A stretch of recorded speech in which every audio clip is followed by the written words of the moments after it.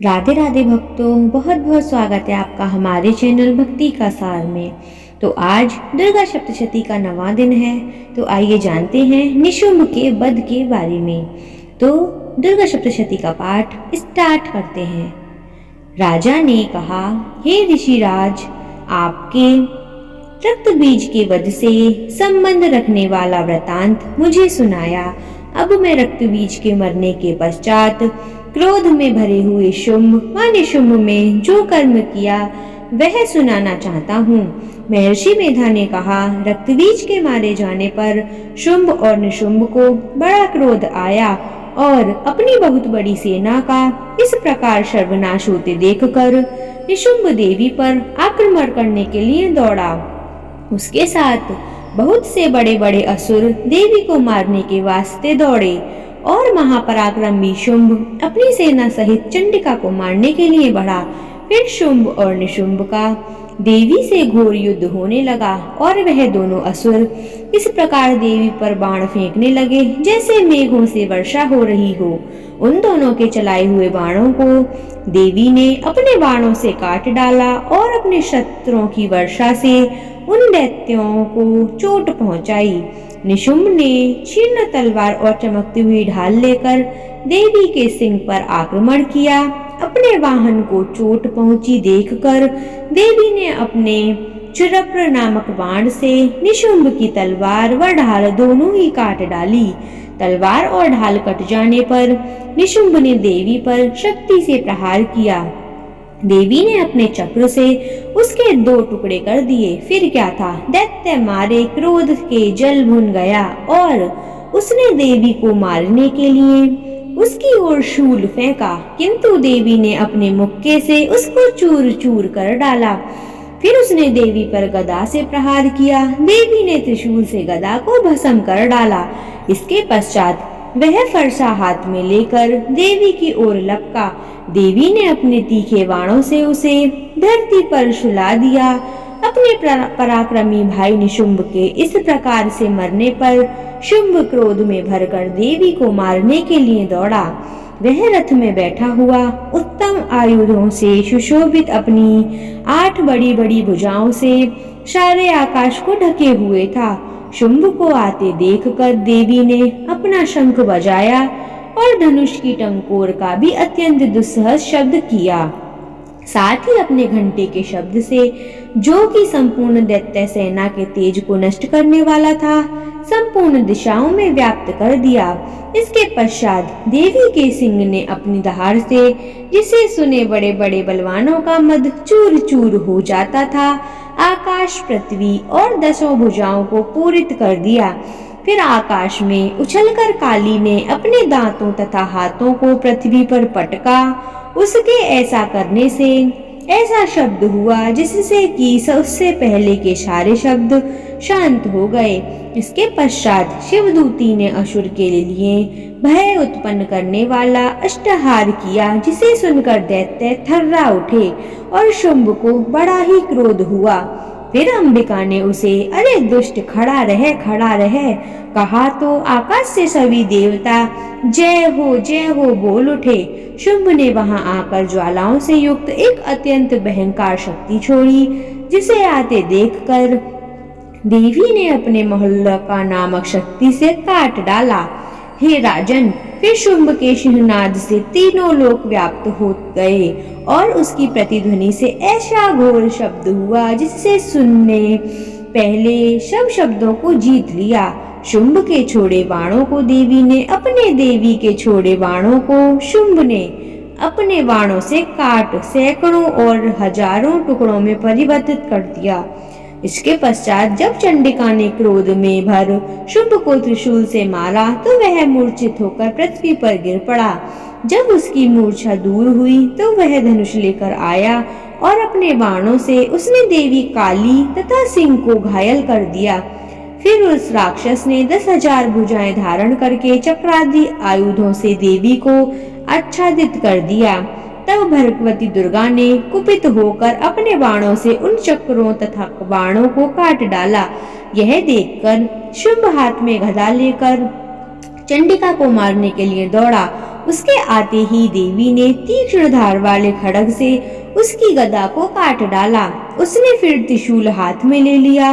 देवताओं को दुखी करने वाले निशुंभ त्रिशूल हाथ में लिए हुए आता देखकर चंडिका ने अपने शूल से उसकी छाती पर प्रहार किया और उसकी छाती को चीर डाला।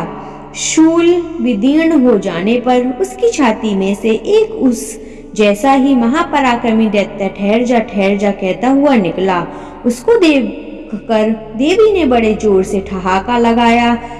अभी वह निकलने भी ना पाया था कि उसका शरीर अपनी तलवार से काट डाला। सिर के कटने के साथ ही वह पृथ्वी पर गिर पड़ा। तदंतर सिर दहाड़ दहाड़ कर असुरों का भक्षण करने लगा और काली शिवदूती भी राक्षसों का रक्त पीने लगी। कौमेरी भी शक्ति से कितने ही महादैत्य नष्ट हो गए। ब्रह्मांडी के कमंडल के जलन से कितने ही असुर समाप्त हो गए। कई दैत्य माहेश्वरी के त्रिशूल से विदीर्ण होकर पृथ्वी पर गिर पड़े और वाराही के प्रहारों से छिन्न भिन्न होकर धराशायी हो गए। वैष्णवी ने भी अपने चक्र से बड़े बड़े महापराक्रमियों का कचम्बर निकालकर उन्हें यमलोक भेज दिया और ऐन्द्री ने कितने ही महाबली राक्षस टुकड़े टुकड़े हो गए।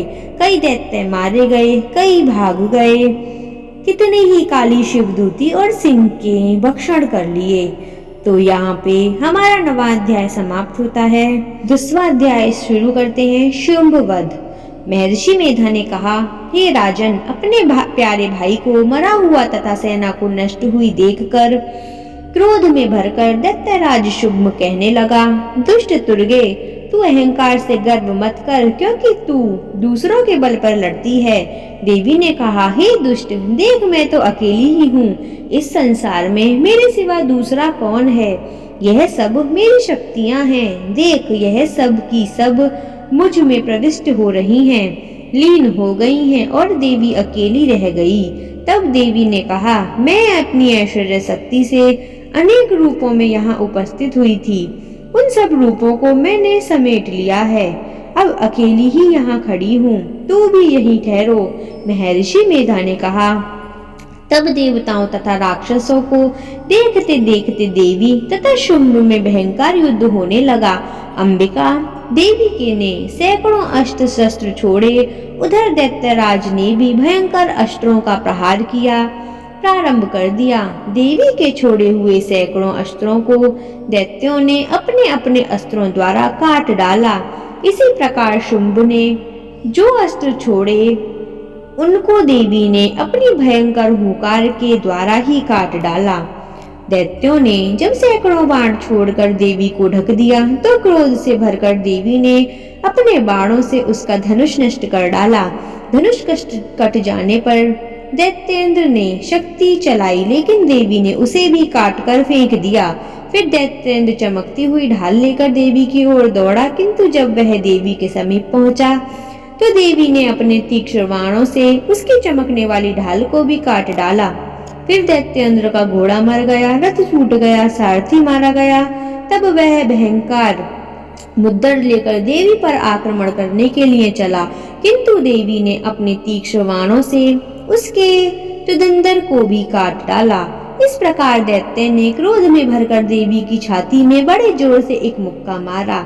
दैत्य ने जब देवी को मुक्का मारा तो देवी ने उसकी छाती में जोर से एक थप्पड़ मारा। थप्पड़ खाकर पहले तो दैत्य जमीन पर गिर पड़ा, किंतु तुरंत ही वह उठ खड़ा हुआ। फिर वह देवी को पकड़कर आकाश की ओर उछाला और वहां जाकर दोनों में युद्ध होने लगा। वह युद्ध ऋषियों को, देवताओं को आश्चर्य में डालने वाला था। देवी आकाश के दैत्य के साथ बहुत देर तक युद्ध करती रही।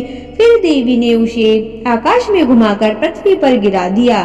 दुराष्टात्मा दैत्य पुनः उठकर देवी को मारने के लिए दौड़ा। तब उसको अपनी ओर आता हुआ देखकर देवी ने अपनी छाती विदीर्ण करके उसको पृथ्वी पर पटक दिया। देवी के त्रिशूल से घायल होने के पर उस दैत्य के प्राण पड़े को उड़ गए और उसके मरने पर समुद्र, द्वीप, पर्वत और पृथ्वी सब कांपने लग गए। तदंतर उस दुष्टात्मा के मरने से संपूर्ण जगत प्रसन्न व स्वस्थ हो गया तथा आकाश निर्मल हो गया। पहले जो उत्पात सूचक मेद और उल्कापात होते थे वह सब शांत हो गए। उसके मारे जाने पर नदियां अपने ठीक मार्ग से बहने लगी। संपूर्ण देवताओं का हृदय हर्ष से भर गया और गंधर्व विद्या सुंदर गाना गाने लगी। गंधर्वज बाजा बजाने लगे और अप्सराएं नाचने लगी। पवित्र वायु बहने लगी। सूर्य की कांति स्वच्छ हो गई। यज्ञशालाओं की बुझी हुई अग्नि अपने आप प्रज्वलित हो उठी और चारों दिशाओं में शांति फैल गई। तो राधे राधे भक्तों, यहाँ पे हमारा 10वां अध्याय समाप्त होता है।